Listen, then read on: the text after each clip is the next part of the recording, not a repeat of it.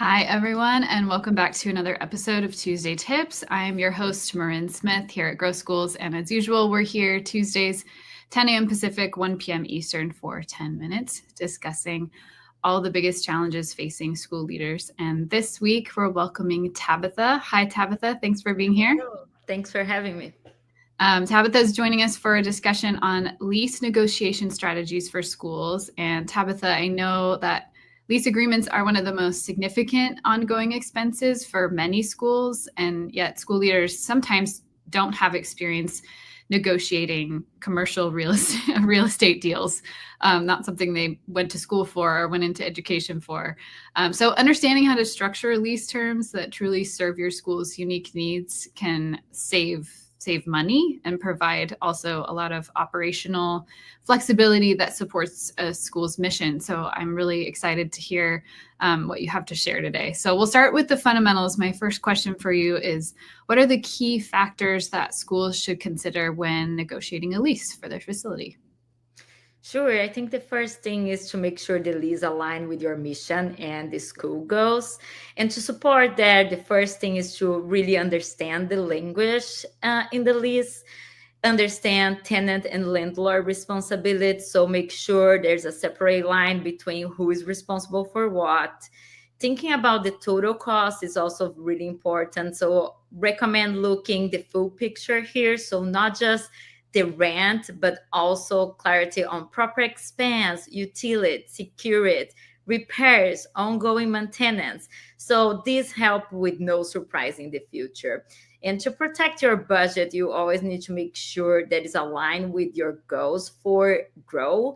So especially when you're driving your forecast, looking at a more conservative approach for your enrollment. So it's easy to get too optimist, but it's important to build your numbers on realistic numbers of students on the coming months, and that will drive you to stay on budget and reflect that their rent is appropriate for you. Make sure also the lease term that you're signing up reflect the goals and the forecast for you too. So that will include if it's a short-term lease, a medium term, or long term for you, and add options to extend if need. Make sure you have appropriate square foot to use for. So that is another thing that is important to reflect. And this approach will keep you for focusing your mission, your stability, and the certainty that you have with that lease in place. Yeah, great sort of foundational tips there, and I'll keep it basic for my next question, which is, how can schools sort of make sure that they're making the most of their lease agreements to meet their unique needs? Because each school is a little bit different.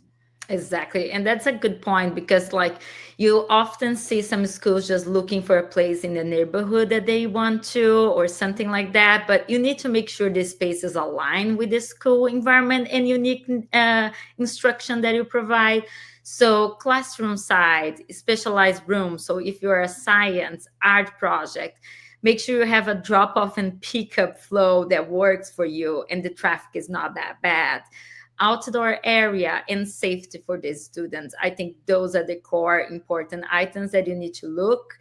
If you build on based on that, the cheap rent might not be expensive later. So for example, if an art school might need more open space and a studio, right? Then a sport-based program that you need some fields outside, turf and tracks, and more locker rooms and equipment for storage. So the focus should always be on the school needs and make sure that space accommodate what they're looking for. Yeah. Always tying back to the mission, right? I feel Exactly. like Yeah. that's a lot of what we talk about here at Grow Schools. So just want to take a quick pause and welcome those of you who might be joining us a little after the hour. We're discussing lease negotiation strategies with Tabatha.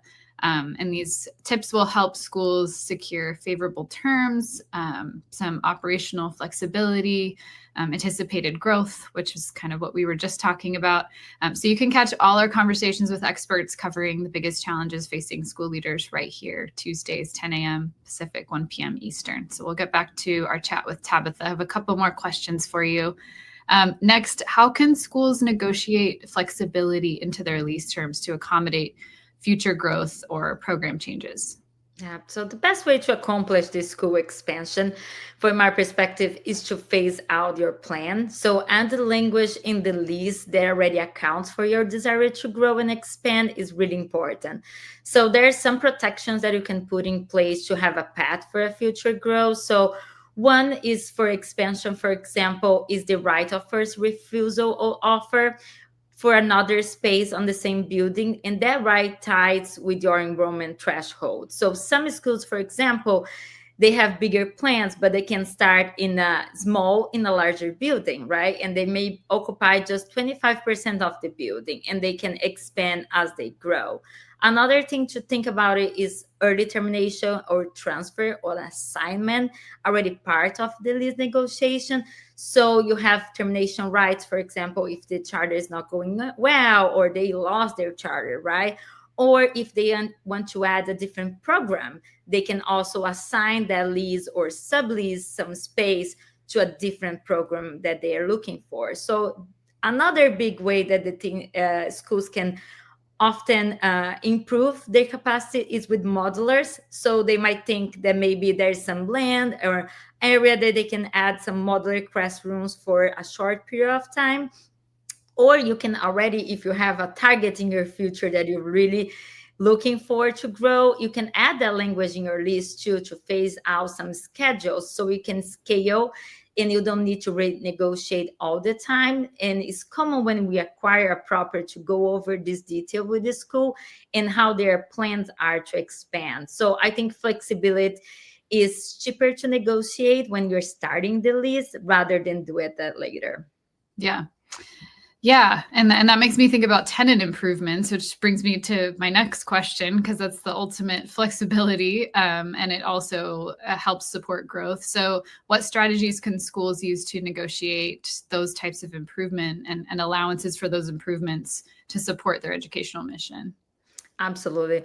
And as I mentioned, part of that is to plan in phases. So if you're looking to just adding a gymnasium, for example, you already can discuss that with your landlord prior to that. If the addition is more the classrooms, right, you need to negotiate with them to be able to do so in a time matter that you accommodate your growth. So the landlord sometimes can make flexibility for you and recover that with additional rent at a capped interest rate. And this can unlock more improvements now rather than later, and you can optimize your budget and make sure that we stay in compliance too. So that triggers two things to make sure you're aligned, is that create some practical milestones. So when you want to achieve those goals, and a clear set of deliverable time or tied to a certificate of occupancy. That way you don't pay before the building, so it's truly finalized. And the bottom line is that if you phase out and you tie your investment with your commitment, you can get extra TIs, affordability, down the road, and you start recognize this in your additional rent and the future growth. Okay. Last question for you.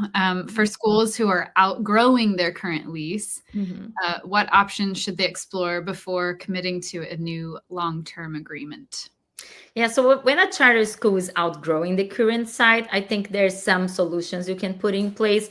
First is to assess short-term, mid-term, and a long-term plan. So first of all is adjust what you have. So maybe you can do a bell schedule efficient and change the schedule, for example, or space reconfiguration. Or as I mentioned, you can add modulars as a bridge to accommodate that growth. We even have some schools that creatively they add some buses on the side for library, for example. So that way that remove one classroom and they were able to grow in a short-term period for them. So those type of strategies can make sure that we're accommodating the short term, but you often can do for a medium term, for example, look for additional space that you can lease nearby. So any office space or retail or additional building for a medium term that you can lease those space to grow.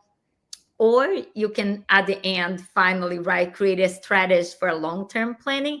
and that accommodate with enrollment growth is sustainable. So you just need to make sure you're checking your stability, you're looking your financials close, make sure your authorizer is okay with you growing and expanding, get the approval from the landlord too, and make sure that you keep the clear communication with the authorizer. So those strategies in the long term can be in sequence. I would say is steady enrollment growth, financial stability, increment on capacity, and that can bring the gap for you for a long-term plan of facilities. Yeah, I love that bus idea. Thanks Yeah. for sharing that one. That's so fun. Thank you for all of these insights. This was such a great, helpful conversation. Once again, we're here Tuesdays, 10 a.m. Pacific, 1 p.m. Eastern, discussing all the biggest challenges facing school leaders. And for those of you watching, you can learn more about lease negotiation strategies and real estate management support and a bunch of other things if you head over to growschools.com and check out our resource library. So thanks again to Tabatha for being here and everyone who joined us today, and we'll see you next time. Thank you.